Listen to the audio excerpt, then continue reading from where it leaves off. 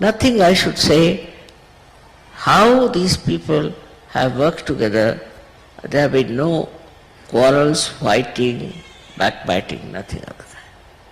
It's very surprising that such a beautiful thing has been created by them, shows their maturity in Sahaja Yoga.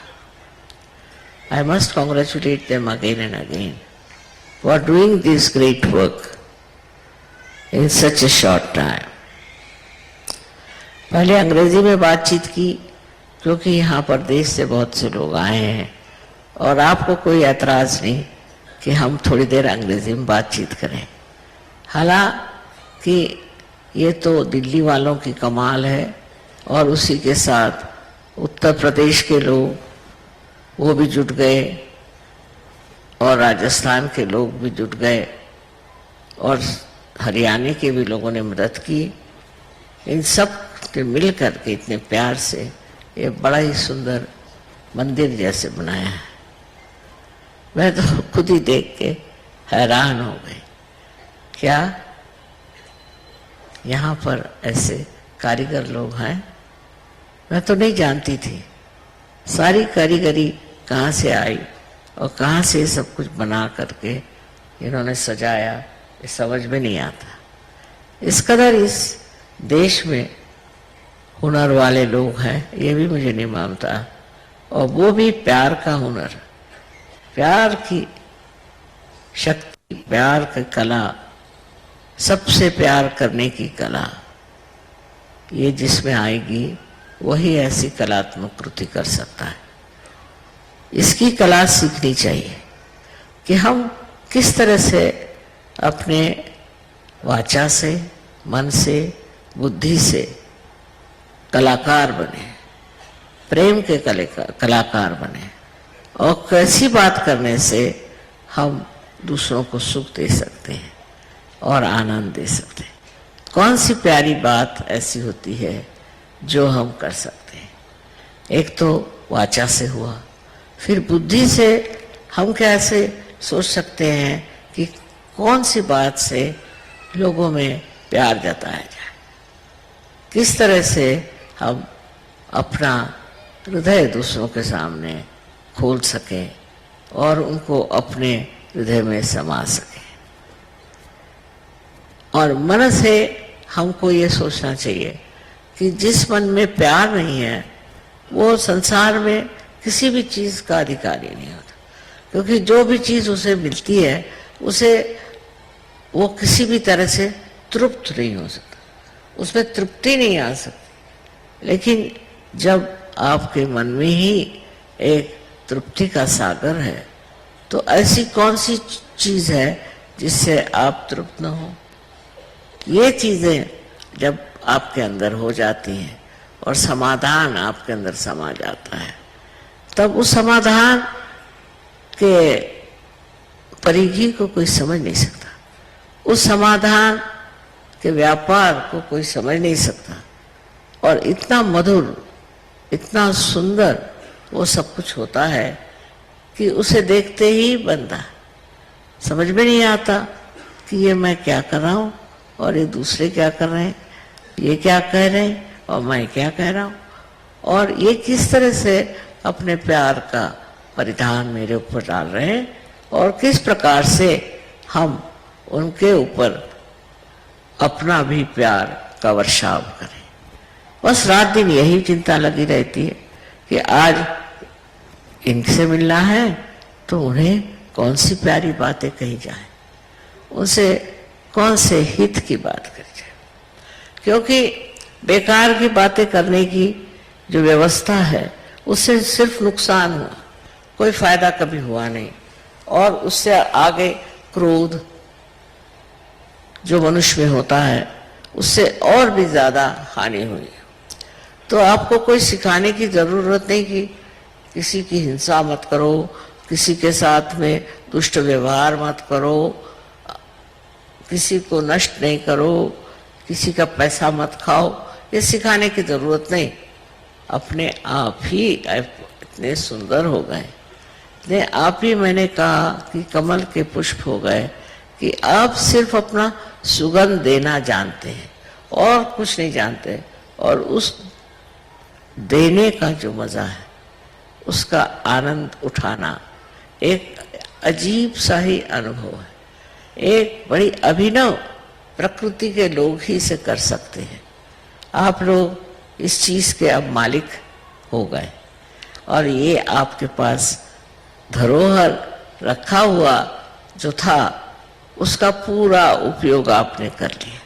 वो चीज सब खुल गई, उद्धृत हो गई, अब उसका मजा उठाने की बात है। दुनिया में अनेक लोग अनेक तरह के होते हैं, लेकिन आप लोगों को छू नहीं सकते, आप लोगों को परेशान नहीं कर सकते। अगर कुछ हो ही सकता है तो वो भी आप लोगों में समाए, आपके साथ हो जाएं, आपकी जिंदगी देख करके खुद भी बदलने की कम से कम कुछ नहीं तो प्रवृत्ति रखें कि हम भी बदल जाएं। इस सारे संसार को बदलने का ठेका तो मैं नहीं कहती मैंने लिया है, लेकिन आप लोग इसका ठेका ले सकते हैं। इस संसार को अगर आपने बदल दिया, इसमें ऐसे सात्विक और सद्वृत्ति वाले लोग आपने अगर निर्माण कर दिए, तो फिर और इससे आगे कुछ करने की बात ही नहीं रहती। सिर्फ यही है कि फिर आप देखते ही रहिए। बस इतना ही जरूरी है कि आप इसमें संलग्न हो जाएं, इसमें कार्यरत हो कि हम कितने लोगों को परिवर्तित कर सकते हैं।